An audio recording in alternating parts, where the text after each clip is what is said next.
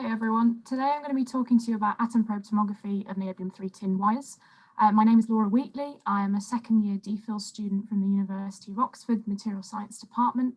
I did my undergrad in the department and I actually did my master's project under Susanna Speller looking at magnesium diboride bulks.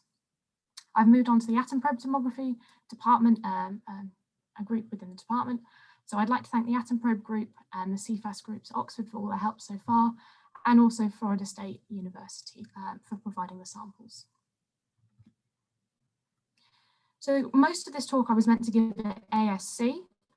Unfortunately, at the time I actually had COVID, so my supervisor Chris had to step in, so I'm actually quite excited to present this to you today. So I'll start off with looking at the challenges for niobium-3 tin in relationship to the Future Circular Collider. We'll then look at why nanoscale analysis is required, and what atom probe tomography is and how that relates to designing future generations of wire. I'll look a little bit at the previous microstructural analysis of niobium-3 tin, and then we'll look at the sample that I've been analysing, which is the restacked rod processed wire with 2 atomic % titanium. I'll then go through some results looking at the composition of the atom probe tips, a bit about the grain boundary profiles, and looking at the Gibson excess values at the grain boundaries. In the initial presentation, I looked at some linear features and clustering, and since this presentation was initially done in November, we've got some further evidence using TKD and TEM for the linear features present. So if I just start off with a specification for the Future Circular Collider, many of you will know that this project's effectively going to design a collider 3 times the size of that of CERN, and they want superconducting magnets that are far stronger than the current ones they've got. So ideally, we want to operate at 1,500 amps per millimeter squared at 16 Tesla. So this is a substantial challenge because the current commercial niobium-3 tin wires that have been produced, the largest big scale project with niobium-3 tin has been for ITER, and those will operate at 1,000 amps per millimeter squared at 11.8 Tesla. So therefore, radical improvements need to be made in the performance of the wires in order to meet the specification for this collider. So as you all probably know, in the mixed state, you get vortices penetrating through the material, and effectively in order to increase the trapped field and the critical current density, you need to pin these vortices in place. So the main way of doing this is by adding pinning centers, which in terms of the material are effectively defects. So ideally, you want these defects to be on the scale of the coherence length, which in niobium-3 tin is about 3 to 4 nanometers. So some of these defects that you can have are grain boundaries. You can also have modification at the grain boundaries, for example, by adding dopants such as titanium and tantalum. You can also have nanoscale secondary phase particles, and you can have dislocation networks, which are also present within the sample. Although grain boundary pinning is most commonly used as the method of increasing the pinning in the sample, by effectively decreasing the grain size, so you get a larger amount of grain boundary area, it's quite poorly understood as to what mechanisms are going on at the boundary and how different species and dopants are actually affecting the properties at the boundaries. So this is why we need to have a 3D analysis technique, which we can look at the nanoscale chemistry within the sample. So this leads me on to atom probe tomography. So I'll just give a brief introduction of what atom probe tomography is. So it's effectively a 3D technique where we have incredibly high chemical and spatial resolution down to less than 1 nanometer. And you have a sensitivity to less than parts per million of a chemical species within a sample. So on the left-hand side here, you can see there's a sharp sample. So the radius here is less than 100 nanometers, and you can effectively use an electropolishing technique or a field ion beam microscope to make your samples. So you apply a base voltage, and then you either apply a voltage pulse on top or a laser pulse, depending on your sample. And this effectively ionizes the atoms at the tip, and these are accelerated through a local electrode towards a 2D detector. Based on the equation you can see on the right-hand side here, and the time of flight and the path length between the sample and the detector, you can generate a mass-to-charge ratio spectrum. So you can see at the bottom, I've indexed some of the peaks that are present within my sample. So you can see my niobium-3+, and 2+, etc. peaks. And from labeling and indexing these peaks, you can then reconstruct what your initial sample looked like. So you can look on the bottom left here. This is the example of one of my tips, which I've labeled the titanium and the copper peaks here. You can see the scale bar is about 20 nanometers there. So the whole length of that tip is between sort of 180 to 200 nanometers. So we're talking quite small scale compared to something like EDX.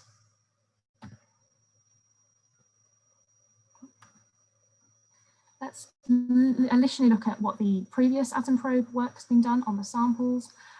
So the first atom probe paper on niobium-3 tin was published in 2013 by Sanding et al. And this was looking at bronze processed wires. So this had titanium as a dopant as well. This was only 0.3% titanium. You can see one of the tips on the left-hand side here where they've analysed grain boundaries within the sample. So at the bottom, they measured the grain boundary widths by looking at the full width half maximum peak of the copper. So this is important because that's what I've done later on my samples, and you can see the variations between 0.8 to 2.7 nanometers here. So copper proves the sharpest peak at the grain boundaries.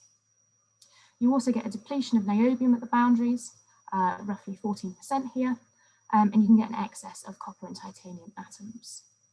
There's further evidence by Rodriguez et al. On modified jelly roll wires. This time they used STEM, and you can see sort of a grain boundary profile here. So from 0 is the center of the grain boundary, and you can effectively see that there's an increase in copper and titanium at the boundary with quite a large depletion in niobium, but spread over a far wider area. So if we then look at the sample that I've been analysing, this is a 2 atomic percent doped restacked rod processed wire. I'll briefly explain what that means in terms of the wire. It's a stack of subfilaments in a copper matrix. This is what one of the subfilaments looks like. And effectively you have a stack of niobium rods where the white layer is around the copper tin core, encased in niobium barrier in this copper matrix. You then effectively have a solid state diffusion process where you react the niobium and the tin to form the niobium-3 tin layer, which is effectively this white layer shown in the diagram. In this particular sample, titanium was added, so therefore there were niobium titanium rods added within the niobium-3 tin layer. This sample was produced by Florida State University, and you can find more details of the sample at the bottom. But initially EDX was effectively performed on the niobium-3 tin layer, which gave a niobium to tin ratio of 3.2. So this is a good position for me to start in terms of what I compare my tips to, and on the scale of nanoscale compared to microns, how the composition varies. So if we look at the niobium-3 tin layer, you can see niobium-3 tin is not a line compound, but instead it's actually got a different stoichiometry, it can have between 18 to 25% tin. And this is important because with this kind of wire, you effectively have a tin-rich core, and as this reacts with the niobium, you effectively have a tin gradient going outwards from the center of the core. As you can see on the right-hand side, as you increase the tin content, you're effectively increasing the upper critical field. So we ideally want as much of that layer to be as close to the upper critical, as close to 25% as possible to get a high enough upper critical field in order to produce a wire that's going to work at the 16 Tesla required in the specification. So how I make my tips, this is an example of what one of the samples looks like. So you can see the wire on the left-hand side here, and the center I've zoomed in on one of the subfilaments, and then from that subfilament I can then select my location of where I want to take my atom probe tips from. So initially here I've basically done a whole lift out bar, and you can see where the location of my T1 to T4 tips has been taken from. So pretty centrally within the region of niobium-3 tin, and you would expect based on the radial location that they would have a fairly similar composition across all those 4 tips. Just a little bit of an explanation about how we make the tips. So I effectively use a field ion beam microscope. I deposit a layer of either platinum or tungsten, and I use a gallium beam, as you can see in B, to effectively mill out a cantilever. Once you've milled that out, you can take out a lift out, and then you can effectively mount this on silicone posts using platinum or tungsten to effectively stick it down. Once I've done this, I can then use an annular milling pattern to effectively produce, to mill the tips into more of a cylinder, and then finally sharpening them to produce the final tips, as you can see in F, with a radius of less than 100 nanometers, and then we can put this in the atom probe. So these are the 4 tips that I'm going to be focusing on in this presentation. As you can see, I've only highlighted the copper and titanium, purely because this highlights the grain boundaries that are present. You can also see in T2, there's some copper clustering you might be able to see when it turns in a second. And there are also some other linear features that look like low angle grain boundaries. So I'll explain a bit about this later. What I do want to make clear is though that this is on the sort of nanoscale. So my T4 tip there, the height of that is about 180 nanometers, and that's the largest of all the samples. So we're looking at a few hundred nanometers, just to put this into context. So if we look at the composition of the A15 phase first, you can see the tips here between T2 to T4 are fairly consistent with what you may expect, with the composition roughly about the 3 that you would expect. It will vary slightly because we're looking at the nanoscale, not the micron scale like EDX would look at.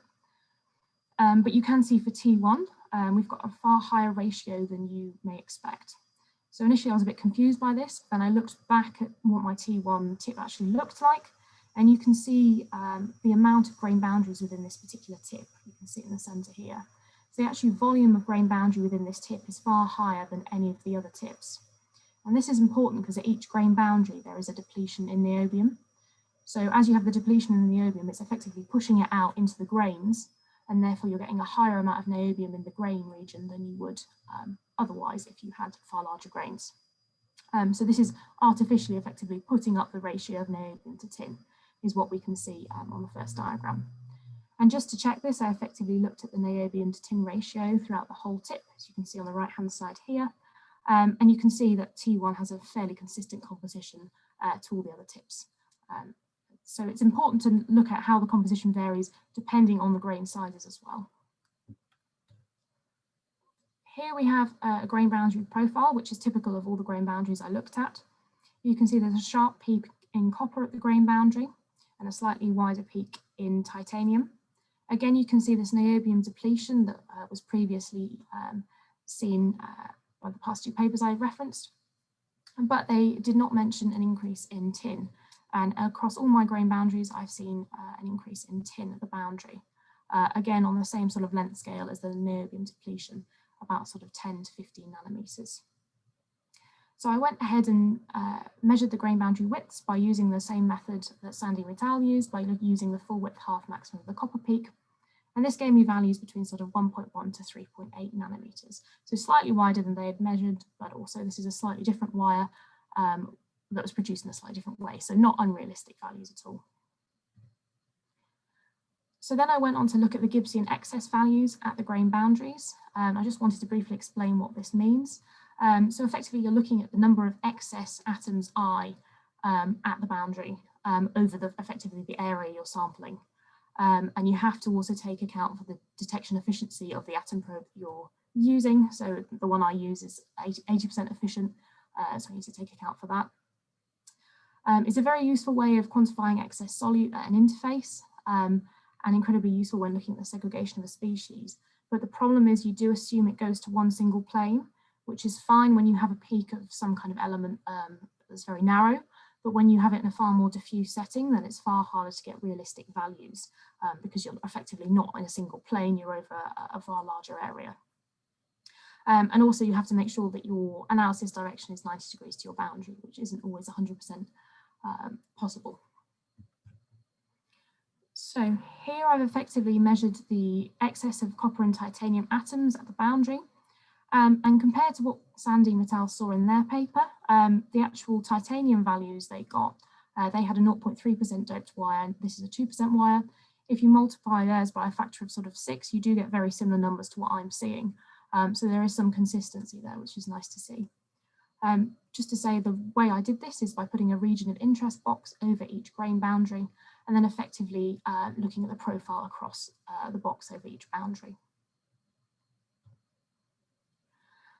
So here you can effectively see graphically what the excess values are.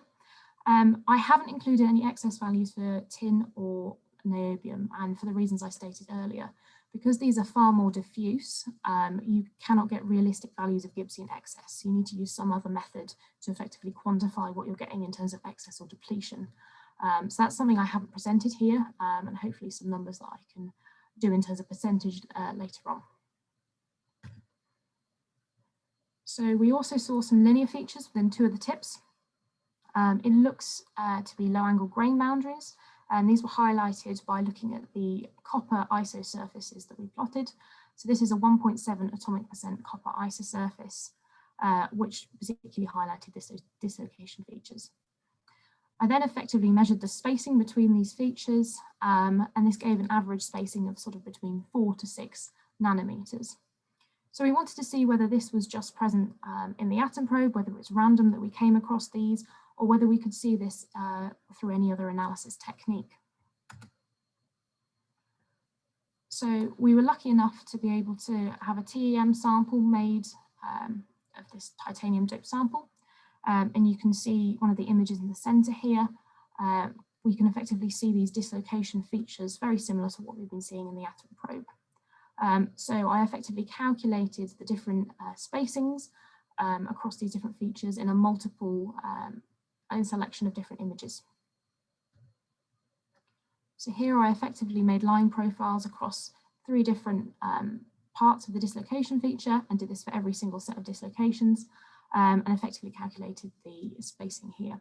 And you can see this varies between sort of 2.5 to 7 nanometers. So on a similar scale to what we were seeing in the atom probe. Obviously there wasn't as much data in the atom probe, but it's a promising start to see that there are similarities between the 2 techniques. Furthermore, we were able to make a TKD liftout, which is a transmission Kikuchi diffraction liftout, which you can effectively see the grains within the sample. So this is effectively a radial liftout looking sort of from the subfilament in the center to the outer side. So you can see the scale here is 2 microns I've put, so the actual width of this is about 4 microns. So this is very useful for putting atom probe into context, because I'm looking at more like 100 nanometers, 200 nanometers, which is far smaller than this area. So it's important to see whether my tips are representative of the sample or not, or just a certain area. So as you can see here, the grain sizes actually vary quite a lot in this sample. So you can see between sort of regions 1 and 3, there are very small grains present, and region 2, particularly large grains. So I think this is likely to do with the way the processing of the wires has been done. So originally you have the niobium rods present, and then you have the solid state diffusion, which reacts to form the niobium-3 tin layer. And you would expect these small grains to form between the rods. So this is more of based on how the rods have been made, basically, for this particular sample. So as you can see, one of the tips that I had with lots of grain boundaries, you would expect it to come from a region, say, in 1 or 3. But if I was to move to a location, say, as 2, I might not see any grain boundaries. So it's very important when I'm looking at size and scale of the grains to consider this larger picture. The average grain size across this gave about 120 nanometers from the EBSD software, and the smallest grain size registered about 20 nanometers. So there's a vast different variety of grain sizes present. Furthermore, we were able to look at the grain boundaries in terms of low angle and high angle grain boundaries, because the dislocation features we looked at appeared to be low angle grain boundaries. So we wanted to characterize this and see if we could see it in the EBSD scan. So I selected low angle grain boundaries to be 5 to 10 degrees, and anything less than 5 degrees could potentially be a subgrain. So we discounted that. And the promising feature here is 21% of all the grains found in the scan were these sort of low angle grain boundaries. So it's promising that it's present within a lot of the sample. It's not just one little area of the sample. So it is likely that I could come across these features when I'm using my atom probe tomography. There were only 3 different angles that we came across, which was the 6 degrees, 6.5 and 8 degrees across those 12 different locations that I have labeled on the scan. And finally, I just wanted to mention clustering. So I've fitted an isosurface here to this tip, and you can see that at 1.7% copper, you can get these clusters effectively within the center of the tip. And I showed this by using a grid in the center where you can get a 10 by 10 nanometer grid is each square. So each cluster is less than what you would is on the scale of the pinning effectively. So I want to do a little bit more analysis on this. So I effectively ranged this in atom probe software and then effectively looked at the distribution of the clustering that I could get in terms of diameter sizes on the right hand side here, and you can see the frequency of them within this sort of snapshot of the sample. The one thing I have done here is I've assumed that these are spherical in the method that I've used to effectively estimate the diameter. So there will be some error associated with this, But you can see the diameter is it's between 1 to 7 nanometers, with most of them between 1 to 4 nanometers, which is very promising on the scale of pinning. And it's also not commonly thought of clustering in the sense that it could help with the pinning properties. Instead, the grain boundaries have often been the way that you can increase the pinning. So this is potentially something we can look at to improve for the future in order to generate better generations of wires. And finally, I just wanted to go on to future work and what I'm looking at the moment. Effectively, I'm looking at a hafnium doped wire, restacked raw process wire. I'm hoping to see some nanoscale particles here, and also carry on with the wires I've got at the moment, the titanium wires, and hopefully at some point by UCAS potentially be able to demonstrate what I've learned from the hafnium wires as well. So thank you very much for listening. Are there any questions?